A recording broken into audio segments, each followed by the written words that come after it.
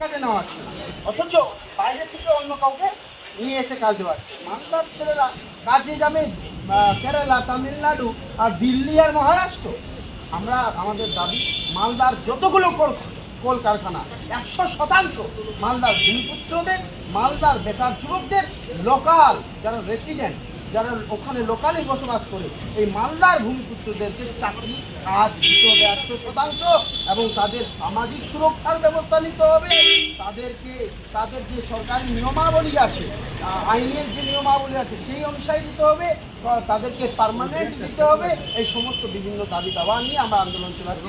মূলত হচ্ছে লোকাল ভূমিপুত্রদের, মালদার ছেলেদেরকে মালদাতেই কাজ করতে হবে, মালদার কলকারখানাগুলোতেই কাজ করতে হবে। আমরা হচ্ছি এখনই আমরা একটা টেম্পোরারিলি মালদা বেকার যুবক বাঁচাও সমিতি আমরা করেছি।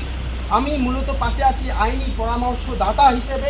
আমি একজন কলকাতা হাইকোর্টের আইনজীবী এবং আমি পলিটিক্যাল সঙ্গে যুক্ত আছি, কিন্তু আমি এখানে পলিটিক্যালি নেই।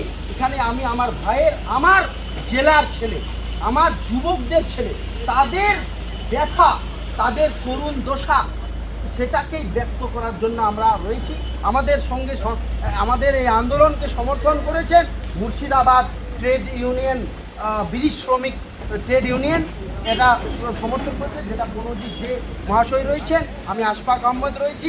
এখানে মালদার সমস্ত লোকাল পিপলরা যারা অ্যাকচুয়ালি কাজ পাওয়ার যোগ্য তারা রয়েছেন, সাউদ আলম থেকে রকি মণ্ডল, এবং মোটামুটি 250 থেকে 300 সই আমরা ডেপুটেশনে নিয়েছি, যারা সই করেছে, যারা আন্দোলনকে সমর্থন করেছে। আগামী দিনে এই ডেপুটেশনটা, এই আমাদের দাবি দেওয়াগুলো যদি সরকার প্রশাসন যদি না মানে, তাহলে 250 ছেলে 2500 হয়ে যাবে। মালদার মধ্যে একটা ভিতর থেকে ক্ষোভ তৈরি হচ্ছে। বাট দিস ইজ আনফর্চুনেট, এটা খুব দুর্ভাগ্যজনক যে মালদার কোনো পলিটিক্যাল পার্টি, কোনো পলিটিক্যাল প্রতিনিধি এই বিষয়টাকে নিয়ে তুলে ধরেনি। তো বিষয়টা কাউকে তুলে ধরার দরকার নাই। মালদার বেকার যুবকরা তাদের নিজের অধিকার আদায় করতে জানে, মালদার ভূমিপুত্ররা তাদের অধিকার আদায় করে নেবে।